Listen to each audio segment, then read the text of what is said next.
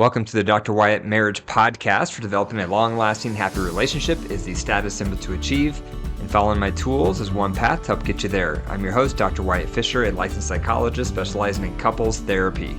If you have resentments in your relationship and you are feeling stuck, you feel like you're at an impasse, you don't even know how to move forward, go through my ER Marriage Intensive. It's my most comprehensive resource to help you resolve your resentments and rekindle your love in 30 days.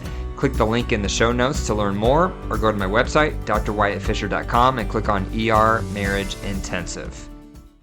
Today I'm focusing on the effects of a sexless marriage and how to fix it.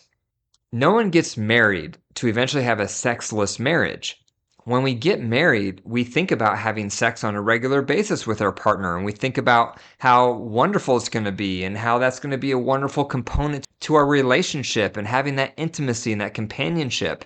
But unfortunately, a lot of couples move from lots of sex in the beginning of the relationship to no sex later on in the relationship. Sex is an interesting thing because it's one of the first things that enters a relationship when a relationship is brand new, and it's also one of the first things that leaves a relationship when things aren't going well. And the impact of not having sex in your relationship really is profound, not only for the relationship, but also for the high libido partner. So the first thing I'm going to cover is the impact not having regular sexual intimacy harms a relationship because sex is very bonding. When you're having regular sexual contact with your partner, it's going to bond you emotionally, physically, spiritually. So when that regular sexual contact goes away, the bonding goes away. And in particular, if you're a man and you're high libido, it can have a profound impact. For a lot of men, not all, but for a lot of men, if they're in a sexless marriage for any given length of time, they will start to panic. They will start to freak out. They will start to make threats. They'll start to say outrageous things to get their wife's attention, hoping it's going to convince their wife to have sex with them again. But unfortunately, all that panicking and all those threats and all of those ultimatums, if you don't have sex with me, we're done. If you don't have sex with me, I want a divorce. If you don't have sex with me by this date, then I'm calling an attorney. Those kind of threats often happen for men in particular because they start to panic when there's no sex. Because for a lot of men, sexual intimacy is the most profound way for them to feel connected, to feel close, to feel loved, to feel valued. And when that sex goes away, they do start to panic. And no one signs up to get married to eventually feel like roommates or siblings. And when you stop having sex, that's exactly how it feels, especially when you're high libido. But unfortunately, all those threats just make things worse because the wife is not going to feel enticed to want to have sex in response to a threat. That's going to feel like coercion. So even if she gives him her body, he's not going to get her soul. So it's not going to be enjoyable sex anyway because they're not going to be mutually enjoying the experience. But that's the impact on a lot of men. They tend to panic, they tend to freeze up, and then they start making threats that we better have sex or else.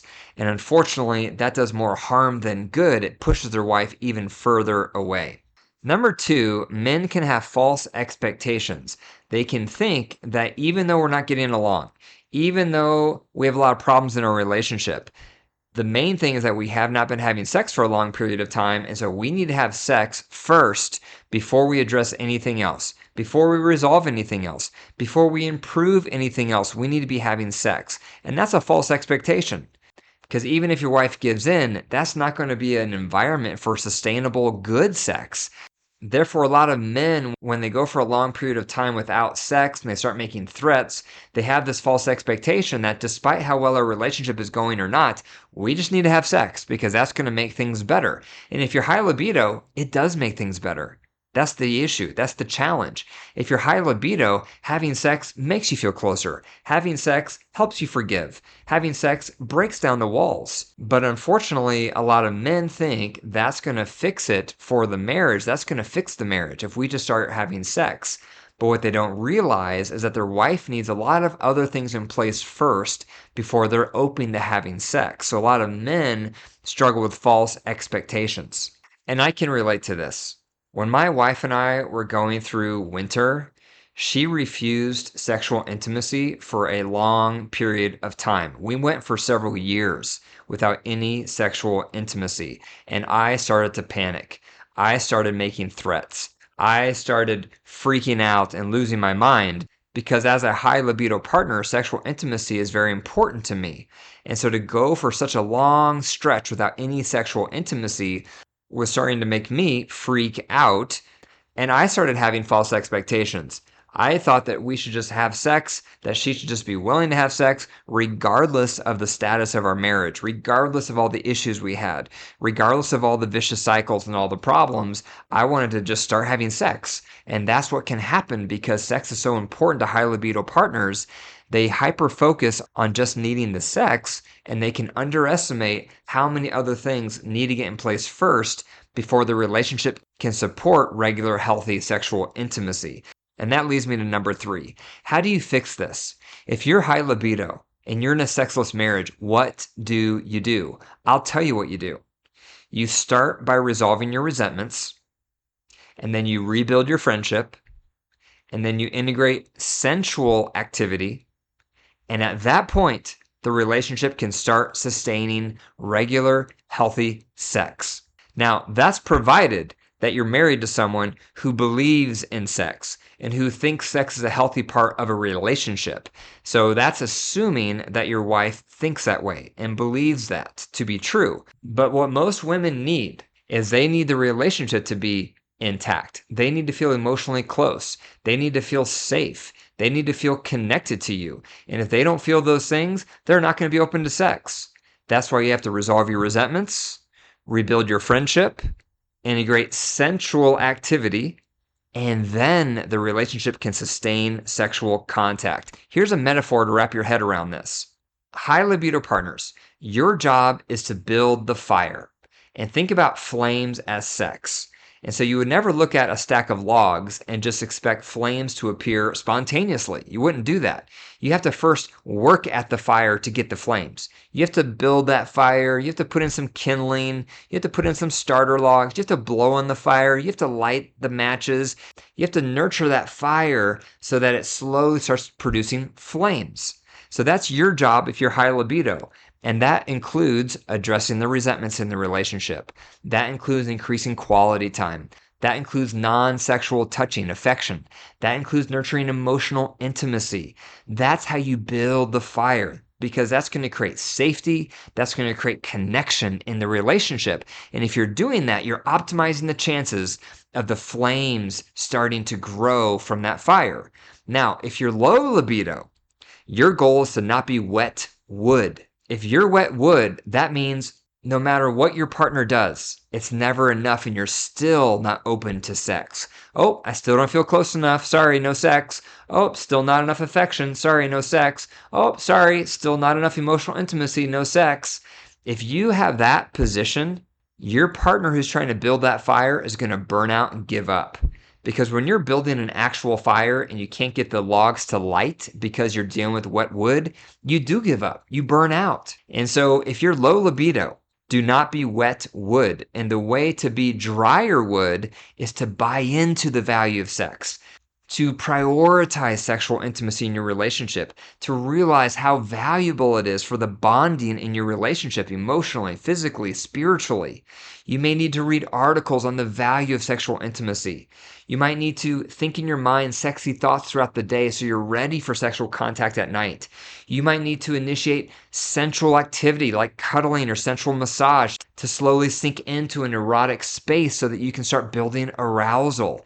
Those are some ideas of what you can do to become drier wood. So if you put that together, the high libido partner is building the fire through addressing resentments, building the friendship. And the low libido partner is working on being dry wood, buying into that value of sexual intimacy, promoting sexual intimacy through sensual activity, reading up on the value of sexual intimacy. And if both partners are doing their part, eventually flames will light. And when those flames light, then you create a spirit of generosity. Because then when there is sexual intimacy, that energizes the high libido partner to keep building the fire. The more they build the fire, the more the low libido partner is open to the sexual intimacy. And that creates a spirit of generosity. And that's exactly where my marriage has become. We were in that stalemate for years. where my wife needed safety, she needed emotional intimacy, and I needed sexual intimacy. So we were at a perfect standoff, and we stayed in that standoff for years. It was awful. And finally, I started realizing I need to build the base. I need to build that safety. I need to initiate working through those resentments, building that emotional intimacy, building the fire. And as I started building the fire, my wife was working on becoming drier wood because she had been wet wood for many years. So she started buying into the value of intimacy. She started reading more about it. She started initiating more sensual activity so she could start building arousal. And through that process, I started doing my part, she started doing her part, and eventually we started having regular sexual intimacy in our relationship again, which energized my side and energized her side. And that's my hope for you. And so where are you in this cycle? Are you in a sexless marriage? If you're high libido, you have to start building the fire. If you're low libido, you have to work on becoming dry wood. And as you both do your part, you will slowly ignite the flames to create that spirit of generosity. If you'd like to learn all my tools to build a healthy, successful relationship, join my Tools Marriage class. It's virtual. We meet every Tuesday at 5 o'clock Mountain Standard Time. And each week I teach you a new tool to rebuild a healthy relationship for years to come. To learn more, click the link in the show notes or go to my website, drwyattfisher.com, and click on Tools. If you found value in today's episode, be sure to share it with a friend and click the 5 stars and leave a review. I really appreciate the reviews. If you have a question you want me to address on the podcast, leave a voicemail at 303-578-0618. And remember, all you can control is you. So make sure you're focusing on what you can do better in your relationship because that will maximize your marriage getting better. Thanks for listening. I'll see you in the next one.